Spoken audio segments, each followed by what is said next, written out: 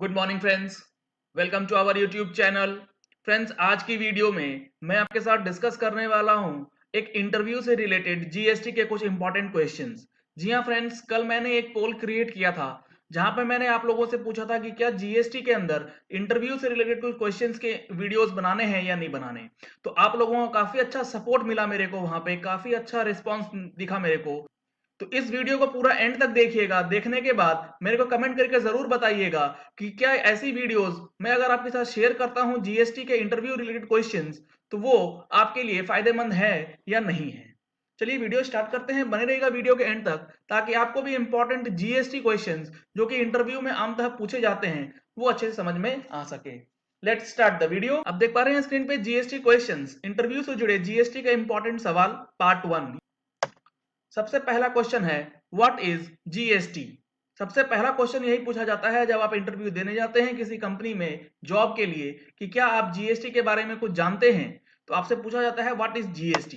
इसका आंसर है GST means goods and services tax. GST का फुल फॉर्म जो होता है इंडिया के अंदर वो होता है goods and services tax. It is a common tax for all goods and services. जैसा कि पहले होता था इंडिया के अंदर, अगर आप सप्लाई करते थे गुड्स को तो आपको देना होता था VAT, CST, octroi, entry tax वगैरह वगैरह। अगर आप सप्लाई करते थे सर्विसेज तो आप पे लगता था सर्विस टैक्स। तो गुड्स के लिए अलग टैक्सेस हुआ करते थे, सर्विसेज के लिए अलग टैक्सेस हुआ करते थे। लेकिन जीएसटी के अंदर सारे टैक्सेस को मर्ज करके एक कॉमन टैक्स कर दिया गया है, that is known as goods and services tax. Goods पे भी वही लगेगा, सर्विसेज पे भी वही लगेगा, अलग अलग टैक्सेस आपको नहीं लगाने हैं। It makes India a common market for business without any border for indirect taxes। जी हाँ फ्रेंड्स, जीएसटी लागू हुआ होने के बाद इंडिया जो है एक कॉमन मार्केट के रूप में उभर करके आया है। आप चाहे तो कहीं से भी माल परचेज कर सकते हैं पूरे इंडिया के अंदर और कहीं भी माल बेच सकते हैं without any cross border effects. Cross border का मतलब होता है कि अगर आप एक स्टेट से दूसरे स्टेट में माल बेचना चाहते हैं तो आपको कोई भी चेक पोस्ट वगैरह अब नहीं आपको रुकना पड़ता है चेक पोस्ट पे। तो वहां पर आपको इनडायरेक्ट टैक्सेस का जो एंट्री टैक्स और ऑक्ट्रॉय वगैरह लगता था उन सारे प्रोविजंस को खत्म कर दिया गया है जीएसटी के अंदर। It is introduced with effect from 1 जुलाई 2017 और जीएसटी जो है वो लागू हो चुका है इंडिया के अंदर 1 जुलाई 2017 से। ये कुछ बेसिक इंपॉर्टेंट चीजें हैं जीएसटी के मीनिंग के अंदर। इसमें आप और भी काफी सारी चीजें जोड़ सकते हैं अगर आप प्रैक्टिकली इस चीज को देख रहे हैं और प्रैक्टिकली इस चीज में डील कर रहे हैं। ये हो गया पहला सवाल, व्हाट इज जीएसटी। अगर इस पहले सवाल में आपको कुछ और लगता है कि कुछ कंफ्यूजन है तो आप मेरे को कमेंट में क्वेश्चन लिख करके क्वेश्चन नंबर जरूर वहां पे दें आप कि क्वेश्चन नंबर 1 में ये कंफ्यूजन है। दूसरा सवाल आता है, which taxes will be subsumed in GST. Subsume मतलब जीएसटी के अंदर सम्मिलित हो जाने वाले हैं। मतलब जीएसटी से जो पहले टैक्सेस लगते थे उसमें से कौन से ऐसे टैक्सेस हैं जो जीएसटी के अंदर मर्ज हो जाएंगे और उनके अलावा सिर्फ और सिर्फ जीएसटी लगेगा। सबसे पहला है वीएटी, वैल्यू एडेड टैक्स, जो कि हर स्टेट के लिए अलग अलग लगता था। 20 स्टेट, जितने स्टेट्स हैं इंडिया के अंदर, सबके अपने अपने वैल्यू एडेड टैक्स के एक्ट थे, सब अपने अपने हिसाब से वैट लगाया करते थे। ये वाला वैट जीएसटी आने के बाद खत्म हो चुका है, ये चला गया है जीएसटी के अंदर। उसके बाद है सीएसटी, सेंट्रल सेल्स टैक्स। ये होता था बेसिकली अगर आप एक राज्य से दूसरे राज्य में कुछ माल भेजते हैं या किसी दूसरे राज्य से अपने राज्य में माल परचेज करते हैं तो आपको सेंट्रल सेल्स टैक्स पेमेंट करना होता था। वो डिपेंड करता था कि आप सी फॉर्म दें या ना दें, वो अलग प्रोसीजरल एस्पेक्ट था। लेकिन सेंट्रल सेल्स टैक्स जो है वो आपको पेमेंट करना होता था on central transaction, interstate transaction. इस टैक्स को भी सब्ज्यूम कर लिया गया है, खत्म कर दिया गया है जीएसटी के अंदर। उसके बाद आता है सर्विस टैक्स, जो मैं आपसे अभी जिक्र कर रहा था कि अगर आप जीएसटी लागू होने से पहले मतलब 1 जुलाई 2017 से पहले अगर आप कोई सर्विसेज प्रोवाइड करते थे तो उस पर आपको सर्विस टैक्स देना होता था। लेकिन जीएसटी के बाद आपको सिर्फ और सिर्फ जीएसटी पेमेंट करना होता है। कोई भी सर्विसेज आप सप्लाई करें उसमें किसी भी तरह का सर्विस टैक्स देने का कोई सवाल नहीं है। एक्साइज ड्यूटी, जी हाँ फ्रेंड्स, ये भी एक एक्साइज ड्यूटी भी लगता था। अगर आप मैन्युफैक्चरर हैं और गुड्स की मैन्युफैक्चरिंग करते हैं तो आपको वीएटी तो देना ही पड़ता था जब आप माल सप्लाई करते थे। लेकिन जैसे ही गुड्स मैन्युफैक्चर होता था at the time of manufacturing आपको एक्साइज ड्यूटी भी पेमेंट करनी होती थी जीएसटी से पहले। इस चीज को भी अब खत्म कर दिया गया है। मैन्युफैक्चरिंग पे अब कोई टैक्स नहीं लगता, सिंपली सप्लाई पे आपको जीएसटी देना होता है। उसके बाद आता है लग्जरी टैक्स। जी हाँ फ्रेंड्स, लग्जरी टैक्स जैसे कि होटल्स और ये सब पे लगाया जाता था जीएसटी लगने से पहले, तो ये लग्जरी टैक्स को भी खत्म करके जीएसटी के अंदर सब्ज्यूम कर लिया गया है। उसके बाद है एंटरटेनमेंट टैक्स। जैसे कि आप मूवीज देखने जाते थे तो पहले मूवी टिकट्स पे आपको एंटरटेनमेंट टैक्स लगाया जाता था, उस एंटरटेनमेंट टैक्स को भी हटा करके जीएसटी के अंदर सम्मिलित कर लिया गया है। ऑक्ट्रॉय, ऑक्ट्रॉय किसी किसी स्टेट्स में लगता था, जैसा कि महाराष्ट्र वगैरह में ऑक्ट्रॉय टैक्स आपको देना होता था। बेसिकली ये ट्रांसपोर्टेशन और जो इंटर स्टेट आप माल परचेज करते थे उस पे आपको ऑक्ट्रॉय और एंट्री टैक्स का प्रोविजन रहता था किसी किसी स्टेट के अंदर। तो ये सारे टैक्सेस को सब्ज्यूम कर लिया गया है जीएसटी के अंदर। तो ये हो गया क्वेश्चन नंबर 2 कि what taxes has been subsumed in GST. अगला क्वेश्चन निकल के आता है what are the types of GST. GST में कितने प्रकार के टैक्सेस लगते हैं? तो इसका सबसे पहला है CGST, central goods and services tax. दूसरा टाइप है जीएसटी के अंदर SGST, state goods and services tax. IGST, integrated goods and services tax. और चौथा है जीएसटी कॉम्पनसेशन सेस। सिर्फ और सिर्फ ये 4 टैक्सेस जो हैं वो इंपोज किए जाते हैं जीएसटी के अंदर, चाहे आप मैन्युफैक्चरिंग कर रहे हो, चाहे आप सर्विस दे रहे हो, चाहे आप ट्रेडिंग कर रहे हो, चाहे आप इंट्रा स्टेट ट्रांजेक्शन करते हैं विद इन स्टेट, या फिर आप इंटर स्टेट ट्रांजेक्शन करते हैं आउटसाइड स्टेट। इन चारों टैक्सेस के अलावा और कोई पांचवा टैक्स आपको नहीं देना पड़ता है। सिर्फ और सिर्फ केरल के लिए एक Kerala relief fund compensation cess implement किया गया है, सिर्फ केरल के स्टेट के लिए। तो वो डिस्कस करना यहाँ पर इतना इंपॉर्टेंट नहीं है, मैंने आपको जानकारी दे दी है। अगर इंटरव्यू के दौरान ये सवाल उठता है तो आप इस चीज को एडिशनली बोल सकते हैं। तो ये 4 होते हैं CGST, SGST, IGST, GST compensation cess. CGST और एसजीएसटी क्या है, आईजीएसटी क्या है, डिटेल्स में अगले क्वेश्चंस में हम लोग देखेंगे। Which GST will be charged on local supply. Question number 4 आता है कि अगर आप किसी स्टेट में रजिस्टर्ड हैं और आप अपनी परचेज और सेल्स जो ट्रांजैक्शंस करते हैं या सप्लाईज करते हैं वो अपने राज्य के दायरे में ही करते हैं, मतलब जिस राज्य में आप रहते हैं या जिस राज्य में आप रजिस्टर्ड हैं सिर्फ उसी राज्य के अंदर आपकी ट्रांजैक्शंस होती हैं, आप इंटर स्टेट ट्रांजैक्शंस नहीं करते, तो आपको कौन से जीएसटी लगाना है, सीजीएसटी लगाना है, एसजीएसटी लगाना है कि आईजीएसटी लगाना है कि कॉम्पनसेशन सेस लगाना है? तो इसका उत्तर यह है कि both CGST and SGST will be levied for an interstate transactions और लोकल सप्लाई। मतलब जब भी आप इंट्रास्टेट ट्रांजैक्शंस करेंगे, सपोज कीजिए आप दिल्ली में रजिस्टर्ड हैं, आप दिल्ली के अंदर ही माल परचेज करते हैं और दिल्ली के अंदर माल सेल करते हैं, तो जब आप माल सेल करेंगे तो आपको साइमल्टेनियसली सीजीएसटी मतलब central goods and service tax and SGST state goods and services tax levy करना होगा अपने सप्लाईज पे। तो इसका एग्जाम्पल ये होगा कि अगर आपने 50,000 रुपए का इंट्रास्टेट सेल्स किया है, इंट्रास्टेट का मतलब होता है within the state sales, local supply जिसको हम लोग कहते हैं। अगर आपने 50,000 रुपए की सेल्स करी है और 18% आपका जीएसटी का रेट है तो उसके अंदर आपको सीजीएसटी 9% देना है और एसजीएसटी 9%, मतलब 18% टोटल रेट होता है। तो 50% सीजीएसटी 50% एसजीएसटी के अंदर आपको पुटअप करना होता है। तो अगर आप लोकल सप्लाई करते हैं तो आपको इंट्रास्टेट सेल्स के अंदर 50% CGST 50% SGST of the GST rate जो कि 18% है, तो 9% हो गया 4500 और एसजीएसटी हो गया 4500 रुपए। तो लोकल सप्लाई के अंदर आपको इस प्रकार से जीएसटी चार्ज करना होता है। इंटरव्यू में ये मोस्ट इंपॉर्टेंट क्वेश्चन रहता है during the course of discussion. अगला क्वेश्चन नंबर 5 निकल के आता है which GST will be charge on interstate supply. वो तो हो गया इंट्रास्टेट सप्लाई, आप दिल्ली में रजिस्टर्ड हैं, दिल्ली से ही सप्लाई कर रहे हैं, दिल्ली में ही माल बेच रहे हैं, खरीद रहे हैं। अगर आप दिल्ली में रजिस्टर्ड हैं लेकिन आप सप्लाई करते हैं यूपी को, हरियाणा को, चंडीगढ़ को, पंजाब को, मध्य प्रदेश को, उत्तर प्रदेश को, तो अगर आप इंटरस्टेट ट्रांजैक्शन के अंदर इन्वॉल्व होते हैं तो आपको कौन सा जीएसटी चार्ज करना होता है? उसके लिए आपको चार्ज करना होता है IGST, that is integrated goods and services tax will be levied for an interstate transactions और central supply.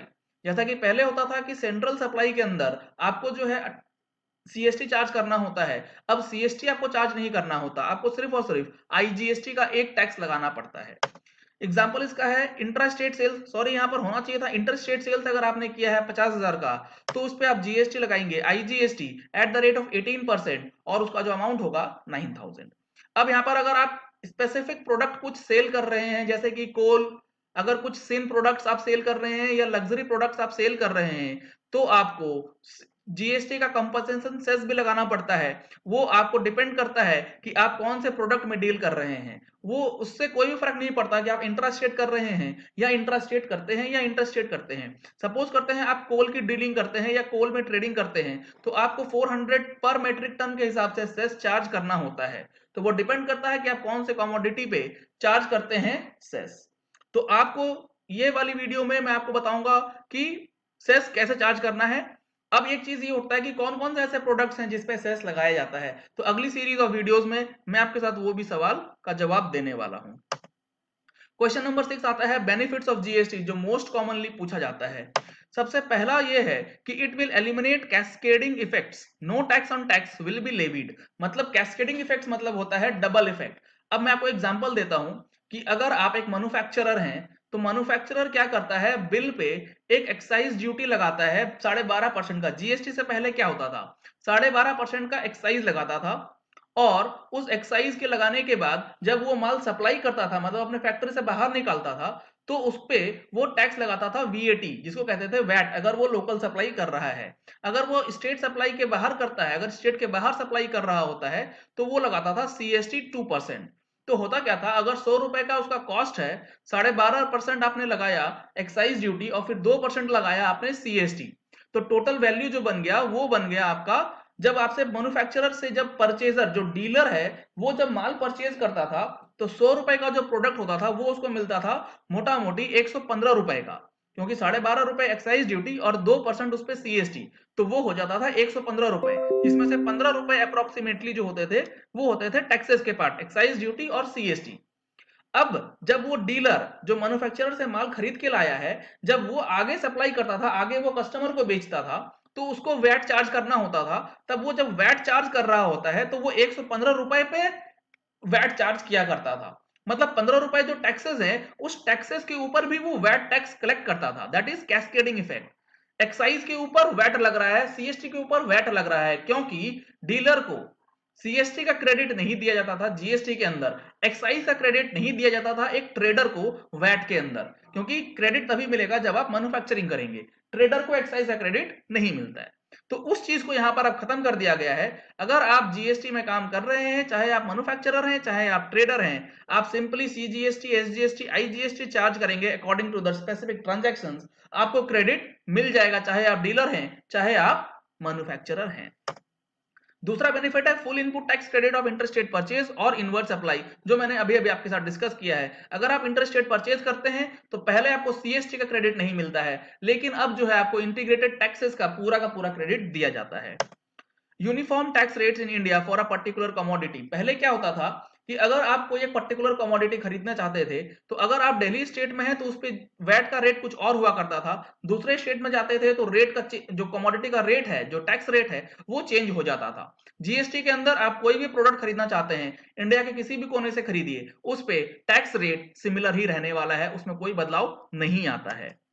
Free trade across country without any trade barriers, ये मैंने पहले भी डिस्कस किया है कि आप फ्रीली ट्रेड कर सकते हैं पूरे कंट्री में, कोई भी ट्रेड बैरियर्स आपको फेस नहीं करने होते हैं। ये 4 बेनिफिट्स हैं, बेनिफिट्स काफी सारे हैं, मैंने मोटे मोटे 4 बेनिफिट्स आपके साथ डिस्कस किए हैं। इंटरव्यू में आप ये 4 बेनिफिट्स बताएंगे तो आपका जो क्वेश्चन पूछने वाला है वो सेटिस्फाई हो जाता है।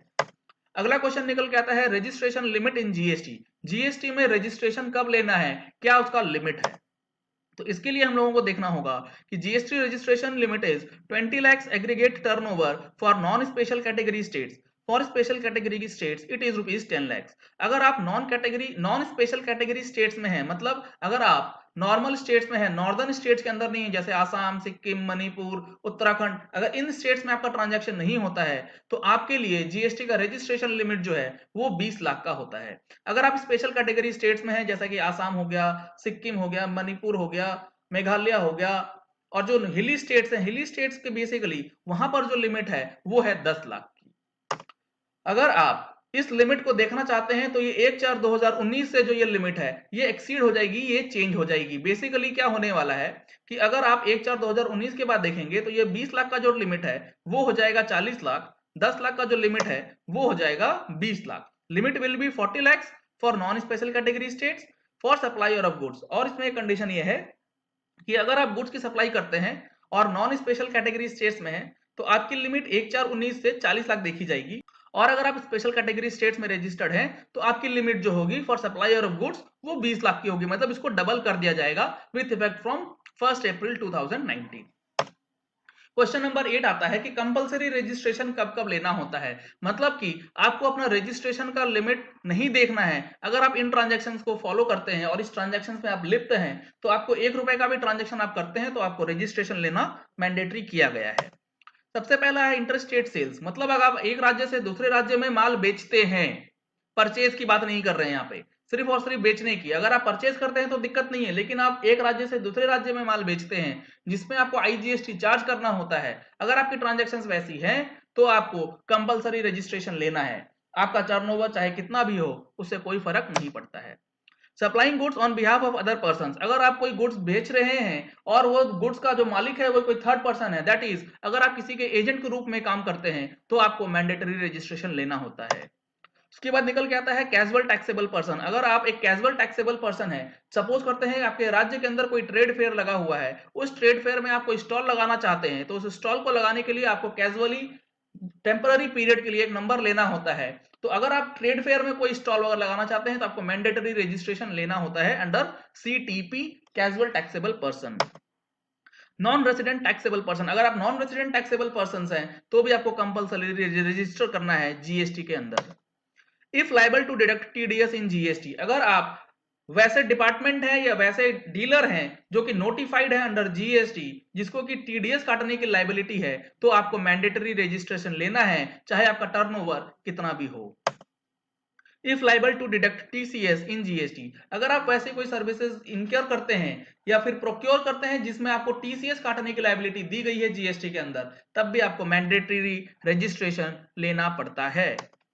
इनपुट सर्विस डिस्ट्रीब्यूटर, अगर आप आईएसडी के रूप में हैं तो भी आपको अपना रजिस्ट्रेशन लेना मैंडेटरी है, क्योंकि अगर आप रजिस्ट्रेशन नहीं लेंगे तो आप अपनी सिस्टर यूनिट्स को इनपुट सर्विस डिस्ट्रीब्यूट ही नहीं कर पाएंगे, इनपुट टैक्स क्रेडिट डिस्ट्रीब्यूट नहीं कर पाएंगे। उसके बाद है making sale on behalf of other person, franchisee और एजेंट, जो मैंने सेकंड पॉइंट बताया है वही सेम पॉइंट है, इसमें डिफरेंस ये है कि इसमें फ्रेंचाइजी और एजेंट दोनों कवर हो जाता है। रिवर्स चार्ज, अगर आप ऐसी कोई सर्विसेज लेते हैं, ऐसी कोई गुड्स प्रोक्योर करते हैं जिसमें कि रिवर्स चार्ज पेमेंट करने की लायबिलिटी आपकी है तो आपको मैंडेटरी रजिस्ट्रेशन लेना है जीएसटी में, चाहे आपका लिमिट कुछ भी हो, क्योंकि आपको रिवर्स चार्ज पे करना है under GST. E commerce companies, जितनी भी ई कॉमर्स कंपनीज हैं उनको भी जीएसटी के अंदर मैंडेटरी रजिस्ट्रेशन लेना है जिनको कि टीसीएस काटने के लिए लायबल किया गया है। Online database service providers from outside India into India, अगर आप OIDBAR का सर्विसेज प्रोवाइड करते हैं इंडिया के बाहर से और इंडिया के अंदर वो सर्विसेज प्रोवाइड करते हैं तो आपको मैंडेटरी रजिस्ट्रेशन लेना होता है। ये सारे कुछ सिचुएशंस हैं जिसमें आपको कंपलसरी रजिस्ट्रेशन लेना पड़ता है। नेक्स्ट क्वेश्चन निकल के आता है types of invoices in GST, GST के अंदर कितने प्रकार के इनवॉइसेज इशू किए जाते हैं। सबसे पहला है for all types of taxable supply, अगर आप कोई भी टैक्सेबल सप्लाई कर रहे हैं तो आपको इशू करना होता है tax invoice must be issued whether intra और इंटर स्टेट ट्रांजैक्शंस, चाहे आप विद इन स्टेट माल बेच रहे हो चाहे आप विदाउट इंटर स्टेट ट्रांजैक्शंस कर रहे हो तो आपको जीएसटी के अंदर टैक्स इनवॉइस ही इशू करना है अगर आपका सप्लाई टैक्सेबल है। सामने वाला रजिस्टर्ड है कि अनरजिस्टर्ड है उससे कोई मतलब नहीं है, आपको सिंपली टैक्स इनवॉइस इशू करना है। जीएसटी के अंदर रिटेल इनवॉइस बोल के कुछ नहीं होता है, सिर्फ और सिर्फ टैक्स इनवॉइस इशू करना है अगर आपकी सप्लाई टैक्सेबल है। टैक्सेबल मतलब उस पर टैक्स चार्ज होना है। For all types of exempt supply, अगर आप ऐसी सप्लाई कर रहे हैं जो कि एग्जाम्ड हैं तो आपको सिर्फ और सिर्फ बिल ऑफ सप्लाई इशू करना है, चाहे वो इंट्रा स्टेट ट्रांजैक्शंस हो चाहे वो इंटर स्टेट ट्रांजैक्शंस हो, चाहे सामने वाली पार्टी रजिस्टर्ड हो चाहे वो अनरजिस्टर्ड हो। अगर टैक्सेबल है तो टैक्स इनवॉइस, एग्जाम्ड है तो बिल ऑफ सप्लाई। अगर दोनों मिक्स हैं, अगर आपको दोनों ट्रांजैक्शन साथ में कर रहे हैं तो for both exempt and taxable supply तो आप इशू करेंगे tax invoice cum bill of supply. जी हाँ फ्रेंड्स, ये बहुत इंपॉर्टेंट है, काफी लोग इस चीज को मिस कर जाते हैं कि tax invoice cum bill of supply भी इशू किया जा सकता है। अगर आप एक इनवॉइस बनाना चाहते हैं जिसमें आपकी मिक्स सप्लाई है, जैसे कि आप कुछ टैक्सेबल सामान बेच रहे हैं कुछ एग्जाम सप्लाई बेच रहे हैं, तो आपको अलग अलग टैक्स इनवॉइस अलग से बिल ऑफ सप्लाई बनाने की जरूरत नहीं है। आप सिंपली एक tax invoice cum bill of supply इस हेडिंग के नाम पे एक बिल बना सकते हैं जिसमें आप अपना टैक्सेबल और एग्जाम दोनों सप्लाई का डिस्क्रिप्शन उसमें डाल सकते हैं। यहां पर कोई भी रेलिवेंस नहीं है कि सामने वाला रजिस्टर्ड है या अनरजिस्टर्ड है, सिर्फ आपको देखना है कि नेचर ऑफ सप्लाई टैक्सेबल है या एग्जाम्ड है। उसके बाद है for supply made by composition dealers. अगर आप कॉम्पोजिशन डीलर्स के रूप में रजिस्टर्ड हैं तो आपको सिर्फ और सिर्फ बिल ऑफ सप्लाई इशू करना है, आप टैक्स इनवॉइस इशू नहीं कर सकते। लास्ट क्वेश्चन है आज के इस सीरीज का कि how to adjust input tax credit in GST, मतलब इनपुट टैक्स क्रेडिट को एडजस्ट करने का क्या सीक्वेंस होता है। अप टू 31 जनवरी 2019, मतलब 31 जनवरी तक इस सीक्वेंस से हम लोग अपना आईटीसी एडजस्ट करते थे। आईजीएसटी को सबसे पहले आईजीएसटी से एडजस्ट किया जाता था, मतलब आईजीएसटी के क्रेडिट को सबसे पहले इन आईजीएसटी के लाइबिलिटी से एडजस्ट करते थे, उसके बाद सीजीएसटी और उसके बाद एसजीएसटी। सीजीएसटी का जो क्रेडिट होता था उसको सबसे पहले सीजीएसटी के लाइबिलिटी से एडजस्ट किया जाता था, देन आफ्टर आईजीएसटी के लिए यूटिलाइज किया जाता था। एसजीएसटी का कोई क्रेडिट है तो सबसे पहले एसजीएसटी के लाइबिलिटी से एडजस्ट होता था, देन आफ्टर आईजीएसटी के लाइबिलिटी के साथ एडजस्ट करते थे। 31 जनवरी तक इस सीक्वेंस को फॉलो करना है। 1 फरवरी 2019 से ये सीक्वेंस चेंज कर दिया गया है। 1 फरवरी 2019 से आईजीएसटी का क्रेडिट सबसे पहले आईजीएसटी, सीजीएसटी, देन एसजीएसटी, इसमें कोई बदलाव नहीं है। अगर आपके पास सीजीएसटी का क्रेडिट है तो उसको यूटिलाइज करने के लिए सबसे पहले आपको अपना आईजीएसटी का क्रेडिट खत्म करना होता है, आईजीएसटी के बाद ही आप सीजीएसटी में जा सकते हैं। एसजीएसटी का कोई क्रेडिट है तो सबसे पहले आपको अपना आईजीएसटी का क्रेडिट यूज करना होगा एसजीएसटी के क्रेडिट को यूज करने से पहले। एसजीएसटी के लाइबिलिटी को यूज करेंगे, पेमेंट करने के लिए पहले आईजीएसटी यूज कीजिएगा, देन आफ्टर एसजीएसटी का क्रेडिट आप यूज कर सकते हैं। तो ये कुछ 10 सवाल थे जो कि आज के मैंने सीरीज में आपके साथ लिए हैं। चलिए इस वीडियो को यही एंड करते हैं।